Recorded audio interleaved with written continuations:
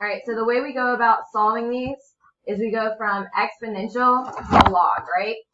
Okay, so in this case, we're going to use the circle of life. We're going to go from 5 to 62, and we're going to finish at x. So we're going to say log of 5 of 62 equals x. And now we can put that into our calculator as being log of 62 divided by log of 5. But she's not here. Yeah, she's not here. Alright, so if you put that into your calculator, what'd you get? 2.56? Yeah? Okay? Mm-hmm. Because it's trying to get... There you go. That's okay. Okay? On number 2, we're going to do the same thing. We're going to put it in that log form. So we're going to do the circle of life. So we're going to get log of base 1/6 of 82. And that's going to equal x. So then we're going to put that into our calculator by saying log of 82 divided by log of 1/6. Okay? When you type this into your calculator, make sure that you put parentheses around that 1/6, otherwise it will not work. So if we put that in your calculator, we're going to get negative 2.46. Are we okay on this? Okay. On the next one. This one is very similar to what we were doing just a second ago. You just got one extra step. So you're going to do the circle of life. Okay. So you're going to say log of base 8.2 of 55, and that's going to equal x plus 1. So we're going to put in our calculator log of 55 divided by log of 8.2. So what do you get when you plug that into your calculator? We go into our calculator, we get log of 55 divided by log of 8.2.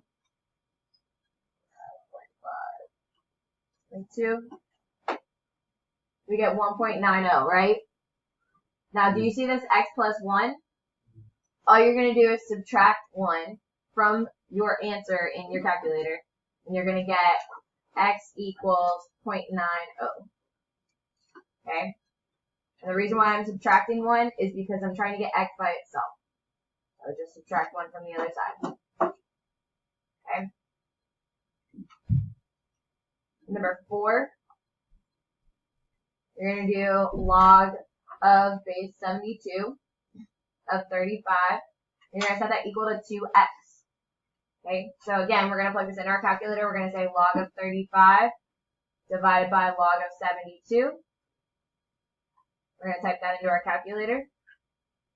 We're going to say log of 35 divided by log of 72. That's 0.81 or 831. And we've got this 2x over here. So we're going to actually divide by 2 to get x by itself. So x is going to equal 0.41-ish. But like people are still getting questions wrong on this. So please make sure that you're understanding how to set this up. So on number 5, we would type it into our calculator. We'd say log of 97 over log of 8. Remember, your base goes on the bottom. Your base goes on the bottom. Base goes in the basement. Base goes in the bottom. Okay? A lot of people were making that mistake on the quiz. So if I go into my calculator and I say log of 97 divided by log of 8, that's going to give me 2.19. This is round to the nearest hundredth. So this is going to be 2. We're going to say 2 on that one. Alright, on number 6, you've got log of 25.7 divided by log of 5. Go into my calculator, type it in. Log of 25.7 divided by log of 5. And that's going to give me 2.02.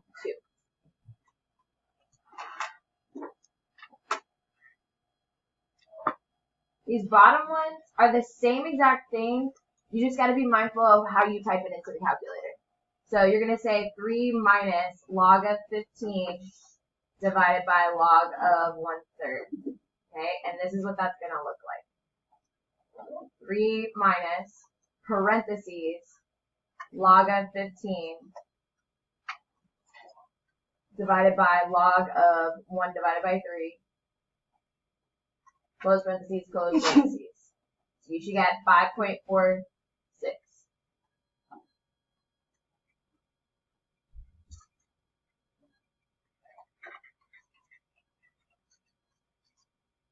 On that last one, you're going to get 1 minus parentheses log of 3/4, so 3 divided by 4, divided by log of 7. You're going to get 1.15.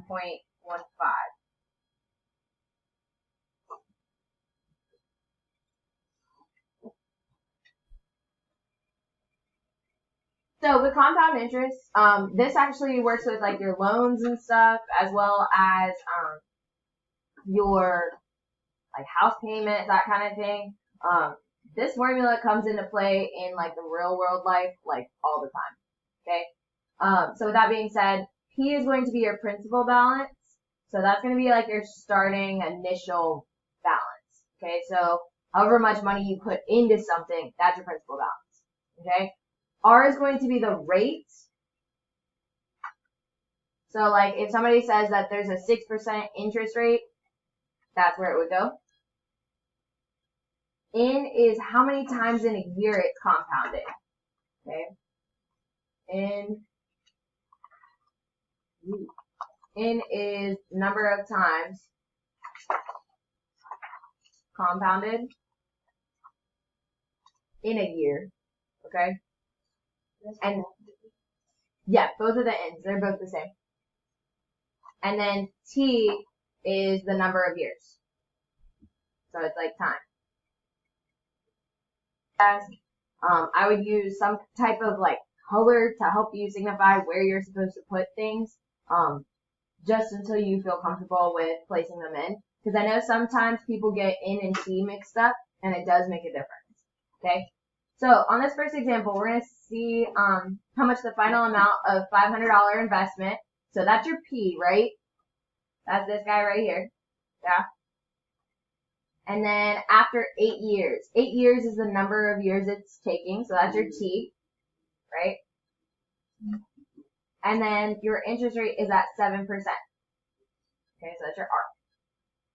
So we're going to plug into this formula. So we're going to take P of 1 plus R divided by N raised to the NT. Okay, I already told y'all that P is 500. And then you have this 1 plus R is your interest rate. Now we want to turn that into a decimal. So how do we turn that into a decimal? Divided by 100 or move the decimal place over 2 places, right? So this is going to be 0.07. And we're going to divide it by the number of times it's done in a year. Now they tell us this word monthly. How many months are there in the year? 12. So that's going to be divided by 12. And then we have raised to the NT. So we're going to raise that to the 12 times, how many years are we at? 8. So in our calculator, we're going to type 500 parentheses 1 plus, you're going to put parentheses around this whole fraction. Okay? So you're going to say parentheses 0.07 divided by 12, close parentheses again, raised to the parentheses 12 times 8, close parentheses. As daily, okay? So we're going to set this up the exact same way. The only difference is our N value is going to change now, okay? So we're going to write this back out. We're going to say 500 times 1 plus 0.07. Now daily, how many days are there in the year? 365, okay? So we're going to put 365 in for in. And then up here, we're going to put 365 times 8. Okay? So now we're going to type this into the calculator the exact same way we just did. The only difference is now we're going to do a 365 rather than 12. So when I type this in, I'm going to get 500 times 1 plus, parentheses, 0.07 divided by 365, close parentheses, raised to the, parentheses, 365 times 8.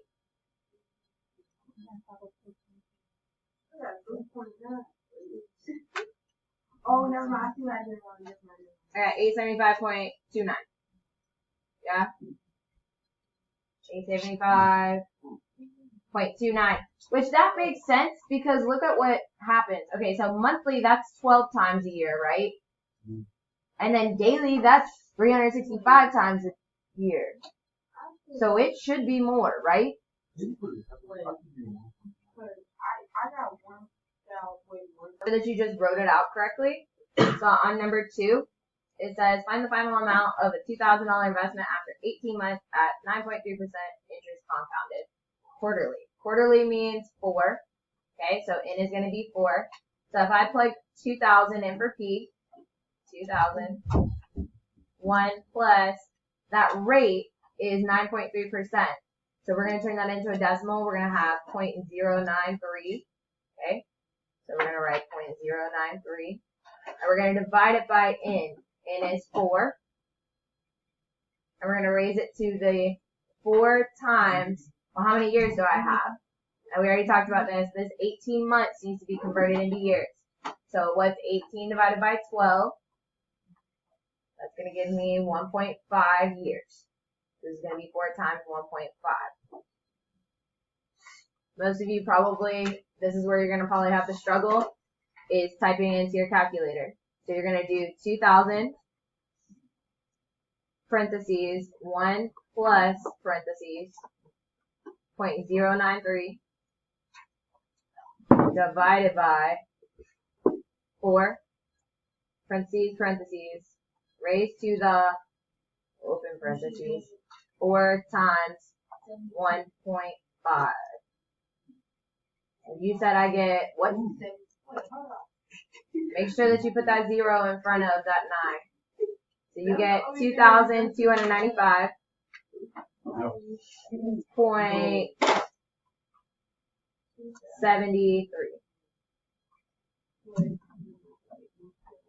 So you're going to do the same thing over here, but N is going to be 1. So you're going to write the exact same thing, except N is going to be 1 on here. So this is going to be 2,000 times 1 plus 0.093 divided by 1, raised to the 1 times 1.5. Sorry, that's so ugly. Okay?